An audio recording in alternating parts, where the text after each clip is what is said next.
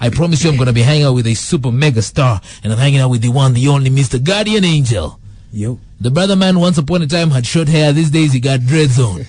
I think the Lord is giving gospel artists revelation to keep dreads on. So I read your story of where you started from. Yeah. I mean, it really touched me. But it got me thinking, Every gospel star has this story that they say brought them to Christ and made them start doing music. Yeah. What makes Guardian Angel's story different from the fake story everybody else has? What makes it different is because it is not fake. It is a real story, and it is hard to tell a fake story because sometimes you will forget some of the stuff you said. So later on, people will connect the stories you've told, and they will realize you said a lie. So you were a street child. Yeah. You lived in the streets. Yes. But my curious part is what moved you away from your mom? Because most of your story is you don't mention much about your mother. Yeah, what happened is we happened to have gotten to a place where it was a bit hard for us, to put up together. Why? Because she had lost her job, and life was just hard. And me being like, that kajama who is here, and you don't want to look at your mother go through some stuff, so that life goes on for you. Yes. And sometimes you have to be chucked out of people's houses because of rent and stuff like that. So I wouldn't just watch anymore. So I decided, manze, wacha mimi niende shughuli zangu, mother yani ajipange mwenyewe. So do you talk to your mom right now? Yeah. So you live with her, or you got her a place? What's the plan there?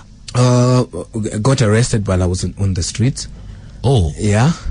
Oh, you're telling me that your mom was arrested. Why was your mother arrested? My mom wasn't arrested. Oh, you were arrested? Yeah. Why were you arrested? I was on the streets that time. And I think the president that time said the streets should be clear. Oh, yes. I remember that time of life when they cleared everything. So you're amongst those guys who were cleared. Yeah. You were taken off and told, Burr. Yeah, man. And so you've been doing music since 2012 on a professional level, that is. Yeah. What have you been doing wrong that you feel if you had done differently to ensure that right now you'd be more successful than where you are today? Yeah. I think it's because for a long time I used to do music not as a career as much, and probably put in some of the principles of the industry or the things that people do for their music. Like, for example, I would record a song, shoot a video, put it on YouTube, then start looking for another project. And it takes time before people even realize you had that project. Yes. So I would not go out to people, tell them I have a track, or probably put out my music to people. Yes. I was more of a creative than all these other things that need to be done. So since I did not really know what to do with it, and I was just comfortable with it that way, because for a long time I had wanted to just hear my music play on radio somewhere, and probably watch it on TV. So I thought I had gotten to the place where I had wanted. But I realized later that all this time I was doing this, I was I was exhausting myself, because I have to use my own cash to put out a project, and then it die and come back to me. Or probably waste a lot of time working on a project, and then it ends up with people not knowing it, or probably not getting to the place where I wanted it to get. So just recently I hooked up with a few guys and talked to them about it, and many people had been feeling that I was underrated. Are you married by any chance? No. So so there was no wife to consult, because I bet you, my brother man, if you were married, your wife would have told you kitambo. Watch out, mchezo na mziki. I'll be back with the man himself, Mr. Guardian Angel. Right now, Kiss Fam. It's the Maloko Show with Cheat on Lovu, and I'm hanging out with superstar Guardian Angel, the one guy who's come to the studio without shades. He just have a lens on them. No. But anyway, man, we're about to blaze up the remix of your jam that you've done with Phil. What did you mean when you say Nadeka? Nadeka is another meaning of Naringa. Nadeka is actually a Swahili word. which means that like a child who demands attention or a child who gets attention. So that ka feeling or that ka behavior of a child who gets a lot of attention from their parents. That's what Nadeka is. Kudeka, yeah. And then why did you put Phil on this acoustic remix? Why not Noel Nderitu? Why not Kanji Mbugwa? Like you had a whole wide variety of guys who could do the same thing. Yeah, sure. But Phil is my friend.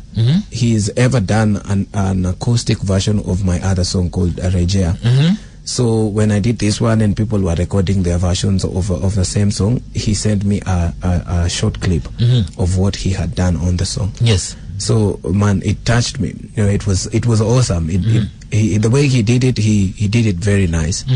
So before I actually did it with him, I was a bit scared, because I had just released the song and the feedback still coming in. Yes. So I thought, now if I put him on this song again, it's gonna mess up, the feedback for the song.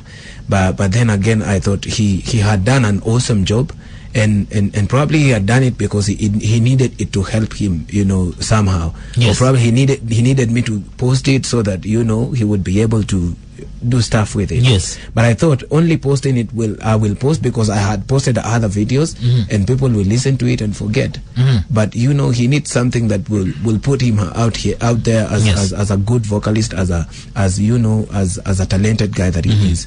So I sent the clip to the producer, Vicky Pondis, the one who had done the original. He said it was good. I asked him if he would mind doing the acoustic version of it. He said it's okay. That's absolutely amazing. And what inspired you to do this song? Because for me, when I was listening to it, it felt like it's like there's a moment in your life that you had gotten to when things were just going amazing for you, and then a certain point when it also felt like you were questioning yourself in that it's like you were wondering, what's that word that I'm looking for?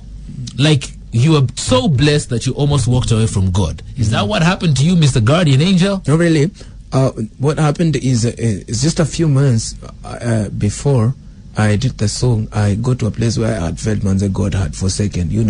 God had disappointed. You became like Jesus. Father, why have you forsaken me? Man, I felt like God had disappointed me on something I expected him to do for me. So I was so bitter, man. I was feeling God, yani hapo umeniangusha. This song came from anger. Yeah, no, really. no, really. I'm like you are one happy, angry guy. Yeah. So slowly, God, started giving me that healing and that feeling that, everything I do it for good to them that I love.